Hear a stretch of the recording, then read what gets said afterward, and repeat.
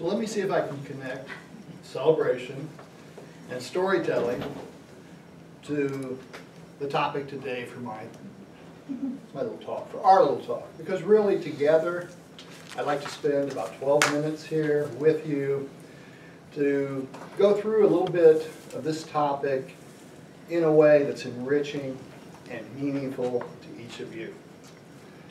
The topic is engaging in work and how we as individuals and as leaders and supervisors engage people in work. This topic is very appropriate for a Toastmasters audience because each of you is here and engaged in our meetings and in our club on a regular basis. Now let me connect storytelling to this.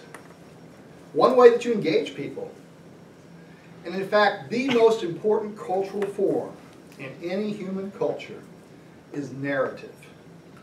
Narrative are the stories that we tell each other and we tell the next generation. And from those narratives, we get clues about our beliefs and our values, and we impart values through the narratives.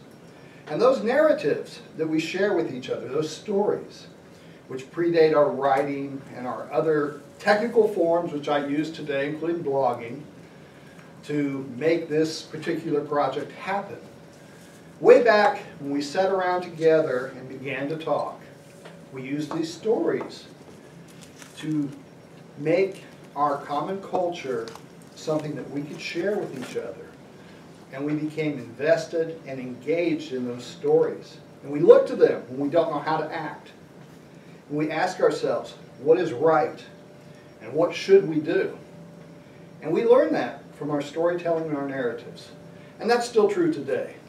I saw a television show one time which was unimportant in and of itself, but a young girl was going off to college, and her smart aleck older brother, who had no interest in college, was watching her pack and panic over the idea of leaving her small town and going to the big city of Boston to go to some elite college. And he said, "Don't worry, you were all raised by the same television shows." And that was true a generation ago. Today's generation is being raised by the internet and other sorts of cultural forms. And so today I'm going to use the internet to present to you a little about the topic of engagement at work.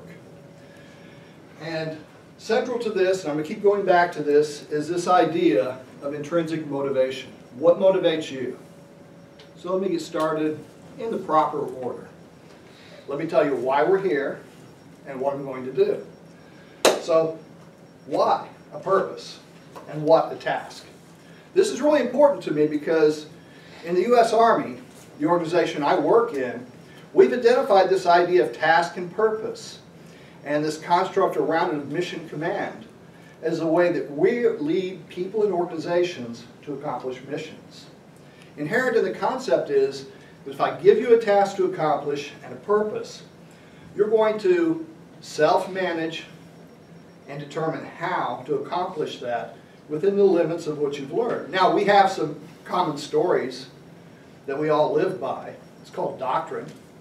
Doctrine are the stories we tell ourselves in the military that give us common touch points to understand concepts like command and control or leadership or other sorts of things. But let's get down to a level that's really meaningful for us. So we're going to talk about the sorts of things that allow us to engage audiences and then as individuals to engage in work. Now, I want to go in that order. I want to talk about audiences first because here in Toastmasters, engaging the audience is critical. So I have an obligation to engage you. How many people here got my email this week about the blog? And keep your hand up if you actually went to the blog. And if you actually read one blog post. More than one blog post. That's okay. I didn't do anything to really motivate you to do that. I depended on your intrinsic, internal motivation to want to read that. If you didn't want to read that in today's world, it doesn't matter. It's still there, and when you become motivated to read it, you can go find it. The real question is, how could I have motivated you? In the upper left corner you see a heart, a carrot, and a stick. Does everybody know the story that we tell about carrots and sticks? We talk about motivating people by holding out the carrot, a positive reward, or by taking the stick and using it, as you might imagine, as a negative reward in order to change people's behavior. And that works.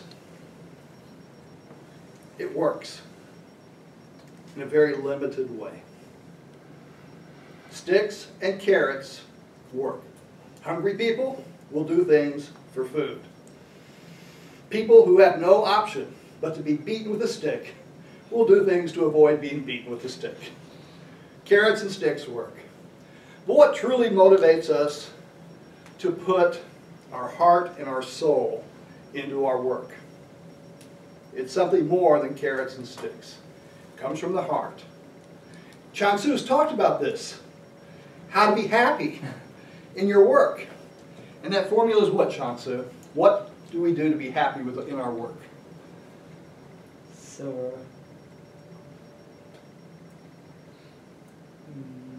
I think that everything to engaging in the role or the hammer, the focusing, in the cases my to prepare the thing, it makes you happy for to engage or to participate in, to make happy in the cases.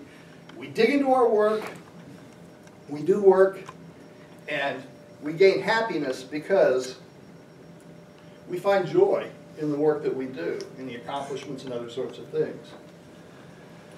Now, obviously everybody needs to make a living. But for a lot of the sort of work that we do today, once you get past the essentials for life, what determines whether or not that you put in that additional effort and truly engage in the work is the intrinsic motivators that you find within the work. And these are things like autonomy. How much do you get to decide about what work you do? Studies have shown that people who make a public and effortful commitment to do something will follow through in much greater levels and degrees than people who don't. In my organization, we hold a stand-up meeting in the morning and we talk about what we're going to do in that meeting. And one of the reasons why is because when you commit that you're going to do something to the rest of the team, you're much more likely to do it. Why? There's psychology behind it. We want to appear consistent to others. Belonging. You do things to be a member of the team. Be part of the process, part of the organization, part of the club here at Toastmasters. But beyond that, people are curious and like to play and actually like to learn and to demonstrate mastery over things. Arnie did not learn to be Arizona's fancy fiddle champion because he was beaten with a stick and offered a few measly carrots to move him along. And his goal to be the premier international speaker in Toastmasters this year is not motivated by carrots and sticks, nor is Tatiana's dedication to the club and the way that she felt taking the skills that she developed in Toastmasters and took to her meeting today. Those were not carrots and sticks. Those were things that came from within, that came from the heart, that were developed internally. People want to have meaning in their work and know that their work is meaningful. Those are intrinsic motivators. Now, in my blog I said very clearly, I believe extrinsic motivators are necessary. Absolutely necessary. But they're not sufficient. So let's get to this idea of engaging audiences. And I'm going to provide a handout afterwards for everyone that shows some of these liberating structures. And I have a few. I've already given one to Tatiana because she commented on my blog. But you right now have an opportunity to earn one copy of the Liberating Structures book from Group Jazz. And you can do that by raising your hand and offering to tell us a little about Liberating Structures. Carrie. About liberating structures? Yes. Oh. Well, I think one really great liberating structure is improv. And this is kind of an example of that. And it's a great way to actually get someone motivated to think outside of the box, to solve problems in a different way, and to maintain harmonious relationships. Excellent. And in fact, improvisation is one of those liberating structures. So what are liberating structures about? We usually engage audiences with various types of presentations or techniques. We stand up and give information briefings or status briefings or those types of things. And those structures are typically too restricting and they don't bring the audience into it, even if you have questions afterwards. Or we try to have these freewheeling open discussions or brainstorming sessions. And there the structure is too loose. So what liberating structures are a set of tested methods for providing microstructures that you can build your audience engagement around, your worker engagement and workforce engagement around, that are going to allow you and the group to be creative, interactive, participatory together. I've given 2 speeches where I've used liberating structures. In one I ask you to do an evaluation in 6 words. In another, I ask you to engage as individuals, as teams of 2, and as teams of 4 in recommending how we can bring new members into our organization. And the video that Arnie made of those is there on the blog for those who are interested. There's another liberating structure, because I want to take this back to my particular work, that I find very interesting. It's called Wicked Questions. And the idea is, if you can find a paradox in some aspect of your work that you have to overcome in order to achieve the work, then you're at the heart of something very important. And so in this case, my wicked question is, how can leaders stay in command and out of control? And you remember I mentioned this mission command construct. This question was posed by Admiral Van Riper about a decade and a half ago. He said the modern world, the nature of command and control, and military hierarchical organizations and other things is changing with the technology and other things. The ability to actually control all of the people and all of the things that are out there on the battlefield doesn't exist. The ability for an individual to personally have all the knowledge or to use his staff to develop that knowledge doesn't exist. So we as leaders in the military have to learn to be in command and out of control. That sounds like a paradox, and it is. And we can apply wicked questions as a structure to examine that as a group, to figure out how we deal with it. So moving right along, and keeping in mind as we do this, that intrinsic motivation is at the heart of things. And it's intrinsic when you engage in activities for the enjoyment of the activity. So I said somebody else has a chance to win this. Name one innovative structure that we haven't talked about so far. Anybody? Okay, if you put a comment on my blog about an innovative structure, about a liberating structure you've used, then you can earn this.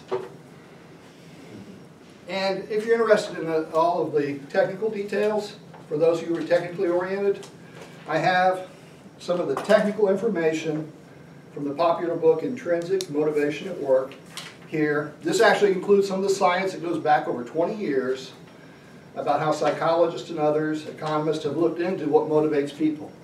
And that's available free. You don't have to answer a question for that one.